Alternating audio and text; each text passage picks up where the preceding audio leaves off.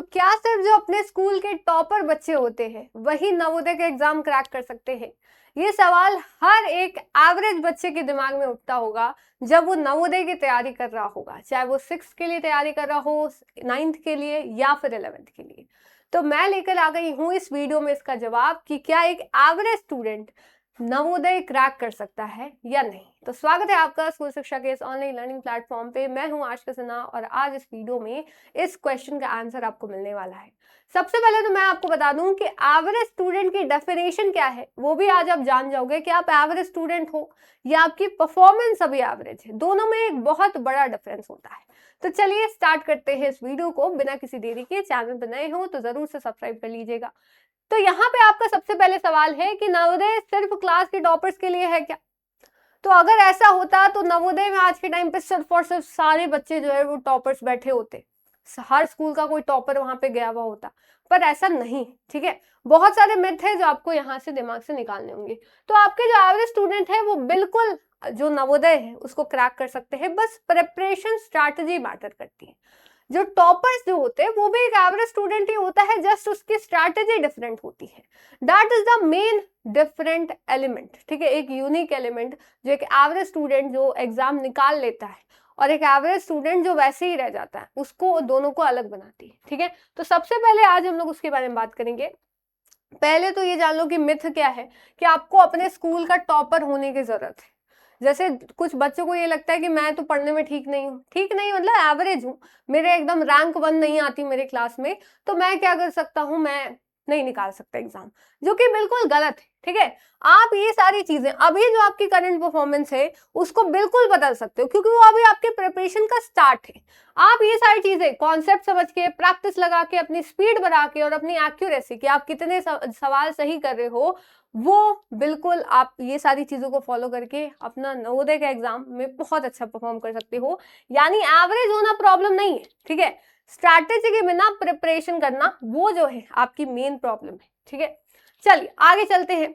अब दूसरा जो मिथ है बाबू, वो लोग समझ लेते हैं कि एवरेज स्टूडेंट का मतलब होता है वीक स्टूडेंट, कि मैं काफी कमजोर हूं। मैं टॉपर को देखता हूँ अपने क्लास के रैंक 1 को कि अरे ये तो इतने अच्छे मार्क्स लाता है, तो मैं अपने आप को सोच लेता हूँ या सोच लेती हूँ कि मैं तो नहीं कर पाऊंगी। तो ये बिल्कुल ही एक मिथ है। सबसे पहले तो अगर आज आपके मार्क्स एवरेज है, इसका मतलब नहीं है कि आप हमेशा एवरेज ही रहेंगे। आपके नवोदय में भी एवरेज मार्क्स ही आएंगे। वो आपके आज से जो प्रिपरेशन स्टार्ट करते हो उस पर डिपेंड करता है कि आपका जो नवोदय का एग्जाम होने वाला है, चाहे 6 महीने बाद, 8 महीने बाद, तो उस पर कैसा रिजल्ट होने वाला है, ये आपके पूरे ड्यूरेशन प्रिपरेशन के टाइम पे आपको समझ में आएगा। ठीक है, तो आप प्रैक्टिस के साथ अपने स्कोर्स को जो धीरे धीरे करके ग्रेजुअली अपना स्कोर बढ़ा सकते हो, और दूसरों से तो कंपेयर बिल्कुल भी नहीं करना है।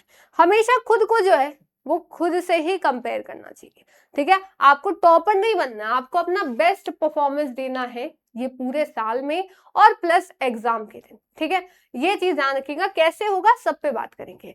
अब ये जान लो कि क्या क्या गलतियां आपको नहीं करनी है पूरे ये जो एग्जाम प्रिपरेशन है इसमें, आपको क्या क्या नहीं करना है। सबसे पहले तो प्रिपरेशन को बार बार पोस्टपोन करना। आज से ही अपना जो है वो तैयारी स्टार्ट कर दीजिए, नहीं तो बहुत प्रॉब्लम हो सकती है आपको बाद में। खासकर अगर आप 6th की तैयारी कर रहे हो, 6th के कोई गार्जियन यहाँ पे देख रहे हैं, तो अपने बच्चों को आज से ही प्रिपेयर करने के लिए जो है वो स्टार्ट करवा दें, क्योंकि एग्जाम अब आपका काफी पास है। चाहे आप 9th और 11th में भी है तो भी एग्जाम काफी पास है, आपको बहुत सारी चीजें यहाँ पे पढ़नी है। सेकंड, सिर्फ इजी क्वेश्चन सॉल्व करके अपने ईगो को सेटिस्फाई नहीं करना कि मुझे तो आता है, अरे वाह मैं जानता हूँ, नहीं ऐसा नहीं होता बाबू। आपको अपने पीवाईक्यू के आधार पे, अपने सिलेबस के आधार पे सारे क्वेश्चंस को यहाँ पे सॉल्व करना होगा।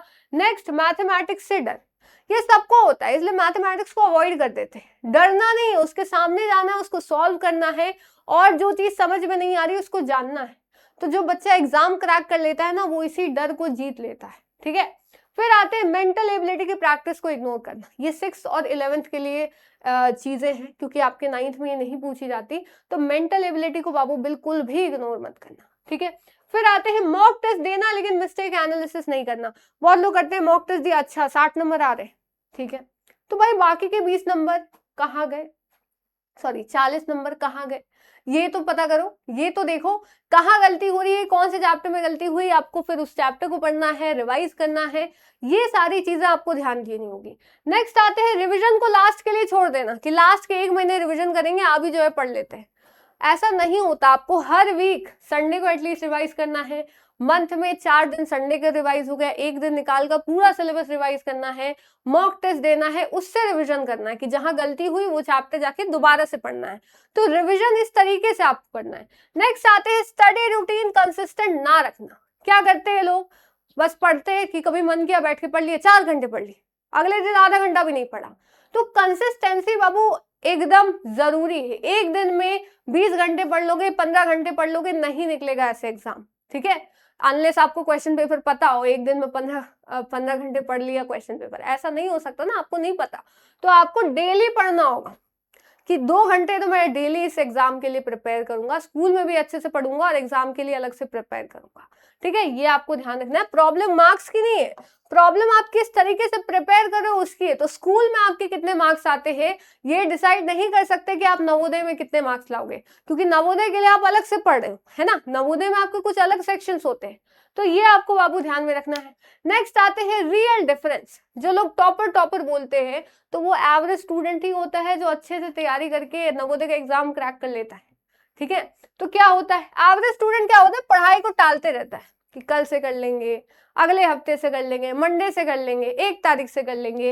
लेकिन टॉपर रेगुलर प्रैक्टिस करता है, ना आपको टाइम देखना है ना समय देखना है, सीधा प्रिपेयर चालू करो, ठीक है। एवरेज स्टूडेंट गलतियां इग्नोर करता है, लेकिन टॉपर क्या करता है, मिस्टेक को इवन नोट करते हैं कई सारे लोग। अपने आप को बेटर बनाने के लिए आपको सबसे पहले अपने आप से बाबू सच बोलना पड़ेगा, नहीं तो चीजें नहीं हो सकती, ठीक है।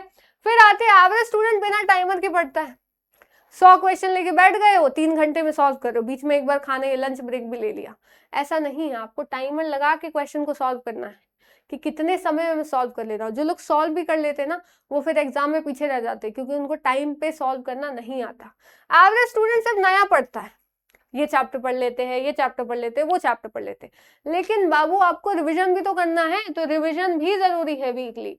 तो आपको किसी और से बेटर नहीं बनना, बस अपने कल से बेटर बनना है। मैं जो कल था, कल जितना जानता था, क्या आज मैं उससे ज्यादा जानता हूँ, क्या इस वीक मैंने कुछ नया पढ़ा और पिछले वीक का रिवाइज किया, ये किया कि नहीं, ये आपके लिए बहुत इंपॉर्टेंट है, ठीक है। अब नेक्स्ट आते हैं स्टडी आवर्स, कि कितने घंटे पढ़ना चाहिए कोई एवरेज स्टूडेंट को। तो अब आप क्या करोगे, रूटीन उठाओगे, 8-10 घंटे का शेड्यूल बना लोगे, नहीं होता ऐसे, ठीक है। आपको कम ही पढ़ना है लेकिन फोकस प्रिपरेशन करनी है, प्रैक्टिस भी करना है, ठीक है। तो आपको 10 आवर्स प्लस डिस्ट्रैक्शन नहीं करना कि 10 घंटे पढ़ रहे हो उसमें आधा दिमाग बस किताब खोल के कहीं और सोचे, कोई मूवी के बारे में सोचे, किसी गाने के बारे में सोच रहे, ये नहीं करना। आपको फोकस 3 घंटे ही पढ़ो भाई, लेकिन क्वालिटी के साथ पढ़ो कि पूरे 3 घंटे हमने पढ़ा और 3 घंटे डेली पढ़ा। 10 घंटे आप डेली नहीं पढ़ सकते, ठीक है। तो कंसिस्टेंसी ज्यादा इंपॉर्टेंट है आपके लॉन्ग स्टडी आवर से, ये भी ध्यान रखना है। तो इसीलिए कभी कभी बहुत ज्यादा पढ़ने से बेटर है रोज कंसिस्टेंटली पढ़ना, ठीक है, दिस इज वेरी इंपॉर्टेंट। अब थोड़ा समझते हैं कि अब मैं यहाँ पे स्पेसिफिकली क्लास 6 की बात करूंगी कि अगर आप क्लास 6 की तैयारी कर रहे हैं, अगर आप वीडियो देख रहे हो या फिर कोई गार्जियन है जो वीडियो देख रहे हो, तो अगले 3 महीने में आप किस तरीके से पढ़ सकते हो, इसके बारे में डिटेल्ड एक वीडियो भी आएगी क्लास 6 के लिए, 9th के लिए, 11th के लिए सेपरेटली, ठीक है। अभी हम लोग बात करें 90 डेज प्रिपरेशन, या अगर आप 9th और 11th में भी है तो खुद पे लागू कर सकते हो। पहले महीने में ना आपको सिलेबस के बेसिक चीजों पे ध्यान देना है, कंप्लीट करने में सिलेबस थोड़ा, और किस तरीके से करना है वो हम स्ट्रैटेजी वीडियो में अलग तरह से बात करेंगे। मंथ 2 में आपको बस प्रैक्टिस करना है, जितना प्रैक्टिस हो सके बाबू, मैथ्स का, मेंटल एबिलिटी का, हर चीज का।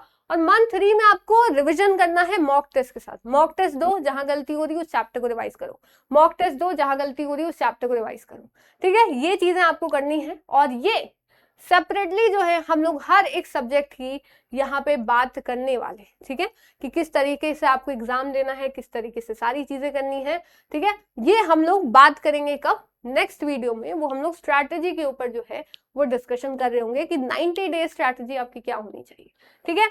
तो इसी के साथ ये वीडियो यहीं पे खत्म होती है। उम्मीद है आपको सारी चीजें समझ में आई होंगी। अगर आप अपनी प्रिपरेशन आज से स्टार्ट करना चाहते हो क्लास 6 के लिए या फिर 9th के लिए, तो आप ज्वाइन कर सकते हो हमारा अभिमन्यु बैच, जो कि रिसेंटली लॉन्च हुआ है। क्लासेस अभी स्टार्ट हो चुकी हैं, तो आप इसको जितने जल्दी ज्वाइन करेंगे उतना ज्यादा आपको फायदा होगा, ठीक है। जिसमें लाइव क्लासेस होंगी, DPB class notes, practice set, test series, doubt session, mock test भी आपको यहाँ पे प्रोवाइड किया जाएगा, और साथ ही साथ आपको बुक्स भी यहाँ पे प्रोवाइड कराया जाएगा, ठीक है, आपके घर तक डिलीवर किया जाएगा, ताकि आपको इधर उधर अब कुछ ढूंढने की जरूरत ही ना पड़े किसी भी स्टडी मटेरियल की।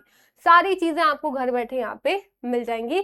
और अगर आप ज्वाइन करना चाहते हो या एग्जाम से रिलेटेड कुछ भी पूछना चाहते हो तो इस नंबर पे कॉल कर सकते हो। ठीक है, सारी डिटेल्स आपको मिल जाएंगी, सिर्फ और सिर्फ कोर्स के लिए नहीं, एग्जाम के लिए भी अगर आपको कुछ पूछना है, कोई प्रॉब्लम है तो। बाकी अगर वीडियो समझ में आई हो तो लाइक कर दीजिएगा, कमेंट में कोई भी डाउट पूछ सकते हो, आपको रिप्लाई मिल जाएगा, और बाकी लोगों के साथ भी शेयर कर दीजिएगा। और अभी तक अगर चैनल को सब्सक्राइब नहीं किया तो जरूर से कर लेना। सारी वीडियोस, सारी इंपॉर्टेंट अपडेट्स, सैनिक स्कूल, जेएनवी, आरएमएस सबके लिए आपको यहाँ पे मिल जाएंगी। तो फिर मिलते हैं नेक्स्ट वीडियो में, तब तक के लिए thank you so much, bye bye, जय हिंद, जय भारत।